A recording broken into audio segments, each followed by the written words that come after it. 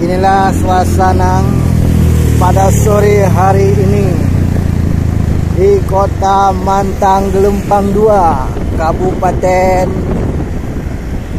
Birun. Kami lagi jalan-jalan sama rekan-rekan menengok situasi di daerah sini mengenai COVID-19. Masyarakat Aceh tidak peduli dengan COVID.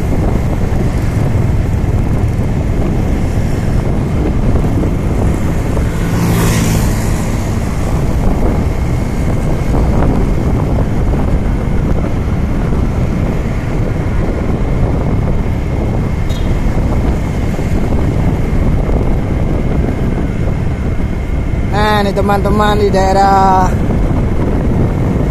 Aceh, khususnya di Kota Birun. Nah, seperti inilah suasananya pada sore hari ini.